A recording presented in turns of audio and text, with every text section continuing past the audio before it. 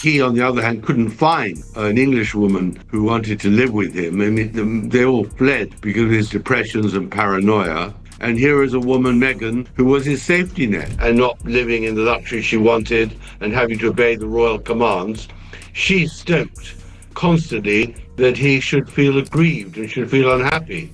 And I think that is, in the end, why he agreed. So they were globally, and they are globally known, but because of the way they behaved in the last 4 or 5 years, and as a price of betrayal, their reputation and their status and their fortunes are crumbling. He, on the other hand, couldn't find an English woman who wanted to live with him. I mean, they all fled because of his depressions and paranoia.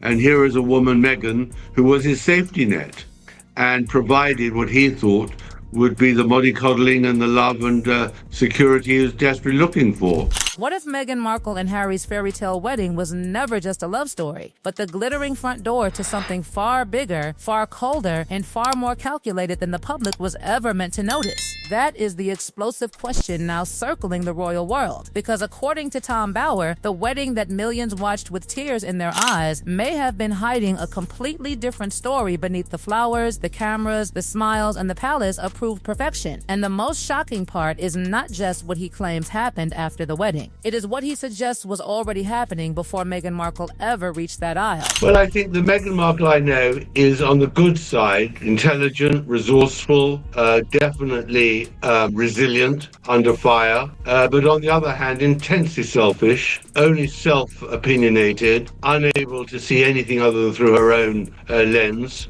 As she would say, appalling treatment of her father and her friends, old friends, a very conflicted personality. But worst of all for her is that she couldn't find huge fame and fortune on her own accomplishments. Her problem is she has very limited talent. Tom Bower's claim cuts straight through the fantasy. What if Harry was not the final destination, but the doorway? What if the man the world saw as Meghan Markle's romantic rescue was, in this version of events, also the most powerful opportunity standing in front of her? That is why this story has comment sections burning, because it does not simply question one royal marriage, it questions the entire emotional script sold to the public. The balcony, the veil, the carriage, the soft smiles, the carefully polished image of two outsiders finding each other inside a cold institution. But Tom Bower says, look closer, look at the timing, look at the patterns, look at who was pushed away, who was pulled close, and who suddenly became useful. That Meghan was not going to obey any rule. She had no intention of staying, and that she was going to be a huge problem. And that was reported obviously to the Queen and the rest. And they realized that this was a marriage which was not going to last in Britain. And once that allegation lands, everything begins to feel different. Harry, in Tom Bower's telling, was vulnerable, restless, already carrying old wounds, old resentments, and old palace frustrations. Meghan Markle, he claims, understood that emotional landscape with almost frightening precision, not by accident, not by magic, not by some innocent coincidence of two souls meeting at the perfect time. Tom Bower suggests she knew exactly what would move him, exactly what would soothe him, and exactly what would make him feel seen in a way the royal family never could. And that is where the romance starts turning into a strategy. The warning here is brutal. Tom Bower argues that letting Harry and Meghan Markle step back into Britain to refresh their royal image would only strengthen their ability to sell themselves elsewhere, whether in Australia, Canada, or beyond. And that is the larger accusation hanging over this entire scandal, that royal status became currency, a title became leverage, a family connection became a business asset. And if that sounds harsh, Tom Bower seems to be asking why the results keep pointing in the same direction. According to Tom Bower, what people watched was not spontaneous royal destiny. It was a sequence, a careful climb, a set of choices that only look innocent when viewed one at a time. He claims Meghan Markle was never walking blindly into palace life, never simply swept away by love, never just discovering the royal world as she went along. Instead, he paints a picture of someone already reaching toward fame, applause, international recognition, and circles of power long before Harry became the headline. And here is where the story gets sharp. Tom Bower claims Meghan Markle had already left behind one life when it stopped serving the next one.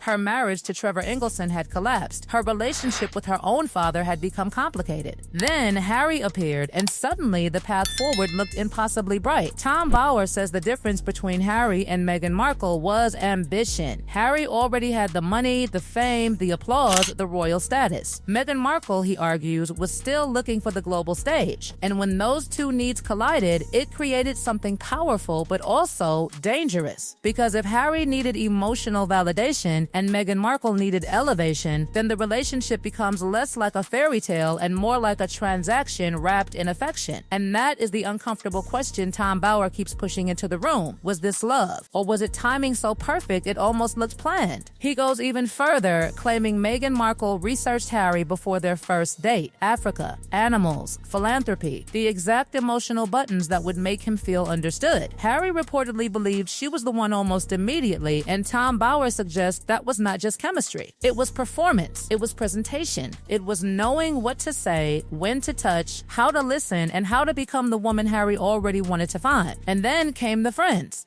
The old circle, the private world around Harry that existed before Meghan Markle entered it. Tom Bauer points to Sandringham as a turning point, claiming Meghan Markle clashed with Harry's friends over offensive jokes and later pushed Harry away from that entire social world. Whether people think she was right to challenge those comments or not, Tom Bauer says the consequence was undeniable. Separation, distance, a quiet rearranging of Harry's life until the people who had known him longest were suddenly no longer close enough to matter. Then the wedding list became the real earthquake, because according to Tom Bauer, the exclusions were not random, not accidental, and definitely not harmless. Harry's closest old friends, the people who had known him before the global headlines, before the polished interviews, before the royal escape narrative, were suddenly pushed toward the edges of the story. Tom Skippy Inskip's wedding in Jamaica becomes another strange clue in this chain, because Tom Bauer alleges Meghan criticized the food and service there, leaving guests uncomfortable, and by the time Harry and Meghan's own wedding arrived, some of those familiar faces were nowhere near the most exclusive celebration. And what replaced them? Celebrities, huge names, famous faces, people who looked dazzling on camera but, according to Tom Bauer, had barely any deep connection to Harry before Meghan entered his life. That is the part that makes the whole thing feel less like a family wedding and more like a launch event. Then came the family absence, and this is where the fairy tale image cracks even harder. Meghan's own family was almost completely missing. Thomas Markle did not attend after the staged paparazzi photo scandal and the heart attack that followed. Her half-siblings were not invited. The only family member seated inside that royal moment was Doria Ragland, flown in just days before the ceremony. But Tom Bauer goes even further, claiming Meghan had already made it clear months earlier that she did not want Thomas Markle walking her down the aisle at St. George's Chapel. If true, that changes the entire emotional temperature of the scandal, because it suggests the heartbreak was not just a last-minute collapse caused by media pressure. It suggests there may have been distance long before the public ever knew there was a crisis. And then King Charles enters the story, trying, according to Tom Bauer, to prevent the disaster from exploding completely. Tom Bauer claims King Charles privately urged Meghan to fly to the U.S. and repair the situation with Thomas Markle before the wedding, hoping the storm could be cooled before it swallowed the day. But Meghan reportedly declined, citing security and privacy concerns. To the public, that may sound reasonable. To Tom Bauer, it looked like another door deliberately left closed, another relationship left unrepaired, another piece of the old life cut away before the new image stepped forward. The Diana comparison then rises like smoke over the entire ceremony. The veil, the press language, the emotional framing, the idea of Meghan as a new wounded royal woman facing a cold institution. Tom Bauer argues Harry misunderstood Diana's legacy by encouraging those comparisons, because Diana, despite all her pain and criticism of Charles, remained loyal to the Queen and loyal to the monarchy. That contrast becomes central to Tom Bauer's claim. Diana wanted change inside the royal world, while Meghan wanted to become bigger than the team itself. And that, he argues, was the downfall in Britain. Then came the palace pressure. Royal weddings are controlled machines, but Tom Bauer claims this one stretched staff to breaking breaking point. Constant revisions, detailed instructions, last-minute changes, and a management style that reportedly left aides exhausted. Even when Catherine, Princess of Wales, offered input on the bridesmaids' dresses, Meghan allegedly held firm. And suddenly, the wedding looks in Tom Bower's version not like a ceremony built around family unity,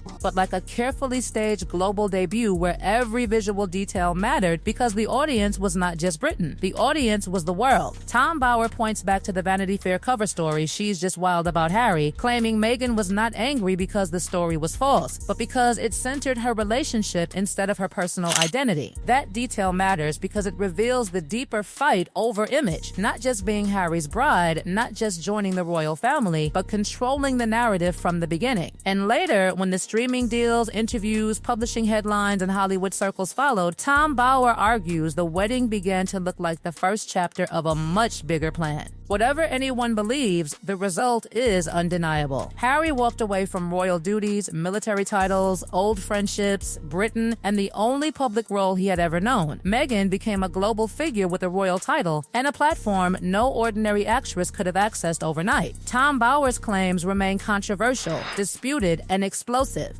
but they force one uncomfortable question to stay hanging in the air. Was the royal wedding the happy ending everyone cried over, or was it actually the beginning of the most calculated royal exit the palace never saw coming?